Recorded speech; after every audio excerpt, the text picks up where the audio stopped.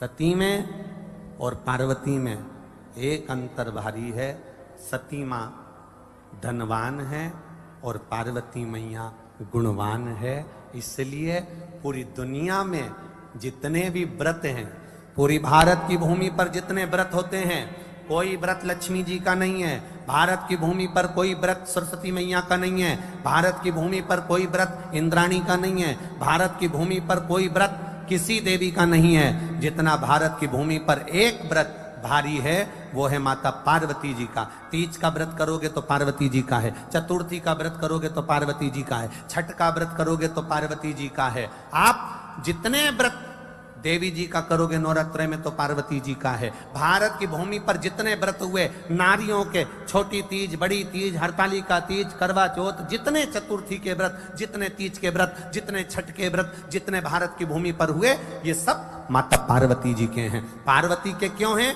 क्योंकि धनवान और गुणवान में अंतर है। माँ पार्वती गुणवान है, इसलिए माताएं उनके व्रत कर कर अपने अंदर भी वो गुण उत्पन्न करना चाहती हैं कि हम भी ऐसा तप करें, हम भी ऐसी साधना करें। हे माता पार्वती, जैसे आपका अखंड सौभाग्य है, हे माँ जगत जननी, हमारा भी मांग में अखंड सौभाग्य रहे। जैसे आपके चूड़े अमर हैं, हे माँ हमारे हाथ में भी चूड़े अमर हो। हे माँ जैसे आपके भाल की बिंदी अमर है, माँ मेरे भाल की बिंदी भी अमर हो। हे माँ जैसे आपके नैनों का सुरमा, बालों का गजरा अमर है, हे माता पार्वती हमारे भी नैनों का सुरमा और बालों का गजरा अमर कर देना। बस इतनी सी कृपा नारी माता पार्वती से मांगा करती है, माँ पार्वती से चाहती है। सूचक वस्तुओं का जो दान करता है वो जीवन में कभी विधवा नहीं होता। महाराज वो 8 वस्तुएं बताई हैं। पहला कुमकुम, दूसरा पुष्प, चाहे लाल हो, चाहे सफेद हो, चाहे पीला हो, पुष्प कोई भी हो। तीसरे नंबर पर है चंदन। चौथे नंबर पर है तांबुल, 5वें नंबर पर है काजल। छठे नंबर पर है ईख। क्या बोलते हैं यहां पर ईख को? क्या बोलते हैं? गन्ना, ईख। 7वें नंबर पर है लौंग, खाने वाली जो लौंग होती है, लौंग।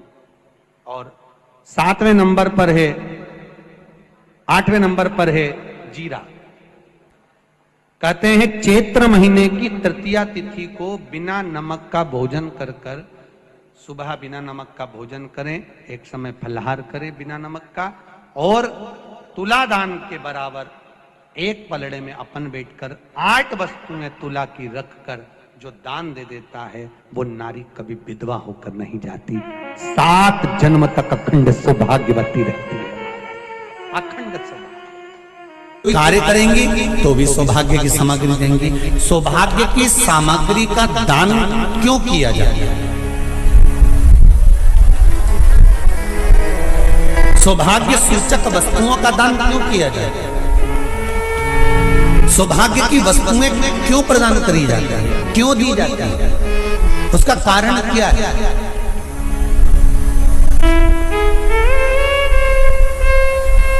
क्यों देते हैं? महाराज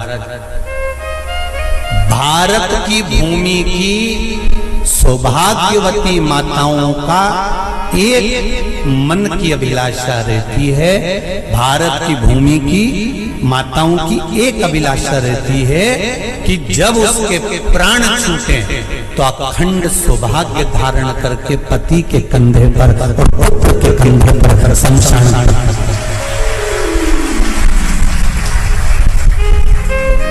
ये भारत की भूमि की माताओं की सोच, उनके मन का संकल्प, उनके मन का भाव। और विदेश की माताओं का क्या संकल्प होता है? महाराज भारत का एक संत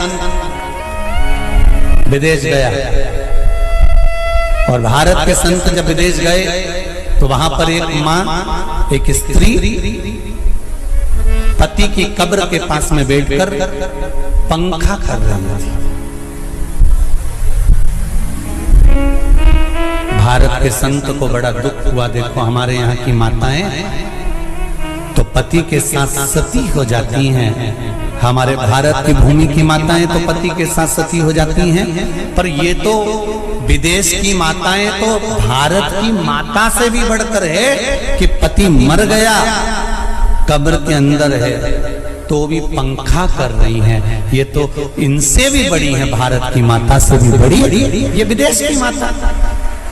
तो भारत के संत से रहा नहीं गया और भारत के संत ने जाकर पूछ लिया विदेश की माता से, माँ जी एक बात बताओ, हमारे यहाँ पति के साथ पत्नी सती हो जाती है, वो प्रथम गिनती में आती है, पर तुम तो उससे भी बड़ी हो कि पति मर गया उसके बाद भी उसकी कब्र को पंखा कर रही हो।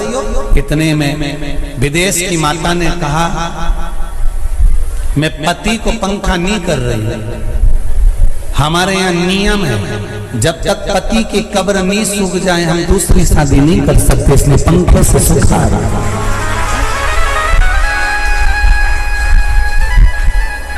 इसलिए पंखे से सुखा रही है। मेरे भारत की माताओं में और विदेश की माताओं में अंतर है सर। मेरे भारत की माताएं अखंड सौभाग्य की वस्तुएं धारण कर अपने आप को गौरवान्वितता महसूस करती हैं, और विदेश की माताएं ये सब वस्तुएं उतार कर गौरवान्वितता महसूस करती हैं।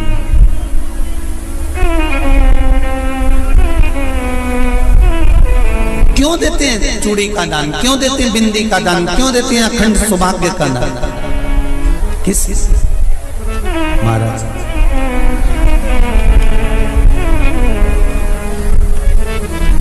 मेरे हाथों में भर भर के चूड़ी रहे, मेरे हाथों में भर भर के चूड़ी, और मैया कोई कामना मेरे मस्तक पे चमकती चूनर रहे, मेरे मस्तक पे चमकती चूनर रहे, और मैया कोई कामना मेरी मांगों में भर भर के सिंदूर रहे, मेरी मांगों में भर भर के सिंदूर रहे, और मैया कोई कामना नहीं मेरे पाँव में बिछुड़ी का जोड़ा रहे। एक बिछुड़ी नहीं, कितनी? 2, 3, 4, 5, एक एक पाँव में जोड़े से बिछुड़ी होना चाहिए, केवल एक नहीं, सिंगल नहीं। वो तो आजकल का फैशन हो गया महाराज, जो केवल एक बिछुड़ी धारण कर लो उसी में फैशन दिखे। श्रावण की शिव महापुराण की कथा कहती है, जब बेटी को विदा करा जाता है और पहली बार बेटी के पांव में जब बिछुड़ी डाली जाती है, तो वो बिछुड़ी भी अलग अलग नहीं होती, उस बिछुड़ी के जोड़ को चेन से एक दूसरे से बंधा हुआ होता। बोला सही है कि गलत? जितने आस्था चैनल पर कथा सुन रहे हैं, जितने फेसबुक पर सुन रहे हैं, यूट्यूब पर सुन रहे हैं, सुन लेना कि मेरे भारत की माताओं का जब पाणी ग्रहण संस्कार किसी बेटी का होता है, उसके पांव में जब पहली बार बिछुड़ा पिनाया जाता है, बिछुड़ी पिनाई जाती है, तो वो बिछुड़ी भी एक दूसरे से बंधी हुई होती है, चेन से बंधी हुई होती है। उसको अलग अलग वाली बिछुड़ी शादी के मंडप में नहीं पिनाई जाती। क्यों? जैसे ये बिछुड़ी एक दूसरे से पांव में बंधी हुई है, तुम्हारी जिंदगी अंतिम श्वास तक ऐसी ही बंधी है, यही वर्णन है। वो तो अब माताओं ने थोड़ा सा फैशन चेंज कर दिया, अब पांव में ज्यादा बिछुड़ी नहीं पहनती, गड़ती है, चुभती है, एक बिछुड़ी धारण है। महाराज पर नहीं, बिछुड़ी भी दो हो, जोड़े से हमारी माताएं, भारत की भूमि की जो माताएं हैं, ये चूड़ी भी हाथ में पहनती है तो जोड़े से पहनती है। बोलो जैसा सही है कि गलत है? एक अकेली चूड़ी माताएं हाथ में धारण नहीं करती हैं।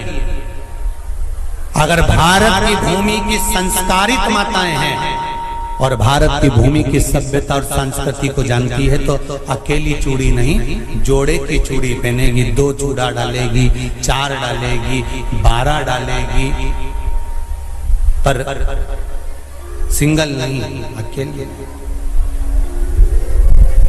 और सरल भाषा में समझ लो, हमारे यहां ठेले पर लेने जाओ तो जो केले अपन खाते हैं वो भी सिंगल नहीं देते, उसको भी जोड़े से दिया जाता है। 2 दूं की, 12 दूं की, आधी दर्जन दूं की, 1 दर्जन दूं। अब अंदाजा लगाइए। हमारे यहां देने का भी एक भाव है।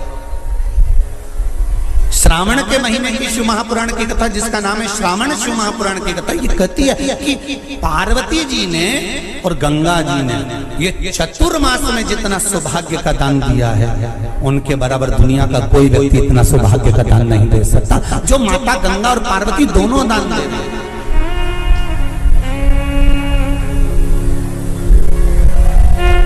प्रतिदिन दे रहे हैं। और अब तो फैशन आ गया, तुम लोगों जो सौभाग्य का दान देते हो प्लास्टिक की डलिया में देते हो, पर एक एक पुराण को उठा कर देख लेना, एक एक उद्यापन को उठा कर देख लेना। जितनी तुम कथा तुम्हारे घर में छोटी छोटी कथाओं की पोथियां पढ़ी हो, उनको उठा कर देख लेना। उसमें नहीं लिखा कि प्लास्टिक की डलिया में सौभाग्य की वस्तु का दान दिया जाता है। उसमें लिखा है बांस की पिटारी में, बांस की डलिया में सौभाग्य की वस्तुओं का दान दिया जाए। क्यों? क्योंकि बांस वंश की वृद्धि करता है, बांस सौभाग्य की वृद्धि करता है, और बांस अखंड सौभाग्य। जैसे बांस का पौधा बढ़ते चले जाता है, बढ़ते चले जाता है, उसी तरह बांस की डलिया में जब दान दिया जाता है, बांस की टोकनी में जब दान दिया जाता है, तो ये भाव रखा जाता है कि तुम्हारा सौभाग्य ऐसे ही बढ़ता रहे। पर अब थोड़ा सा फैशन चेंज हो गया तो प्लास्टिक की डलिया, पर प्लास्टिक की नहीं। हर हर महादेव भक्तों, अगर आपको यह कथा अच्छी लगी हो तो प्लीज़ हमारे चैनल को सब्सक्राइब करिए ताकि हम आप तक इस तरह की वीडियो पहुंचा सकें। धन्यवाद।